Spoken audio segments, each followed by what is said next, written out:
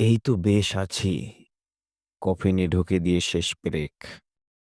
পেরেছি যতটা হেরেছি, তার থেকে আরো বেশি। এই তো সেদিন খাগদনের তীরে বসে কথা হলো।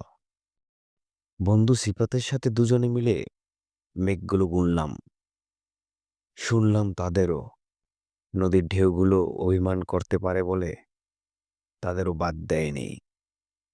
সিফাতের কথায় বুঝলাম দৃষ্টির বাইরে যে দৃষ্টি থাকে তাকেও পথ দেখাতে হয় নির্বাণের। তার পরদিন সকালে শালিকের খাবার দিতে দিতে ভাবলাম, কফিনের ভেতরে যার দৃষ্টি থাকে তাকে নির্বাণ আর অনির্বাণ বুঝিয়ে লাভ কি? কি লাভ সিফাতকে সুস্থ করে? সিফাত, তুই বরং রান্না নিয়ে ব্যস্ত আছিস, নিজেকে সময় দিচ্ছিস। বাইরের পৃথিবীর তুই কিছুই ছিঁড়তে পারবি না।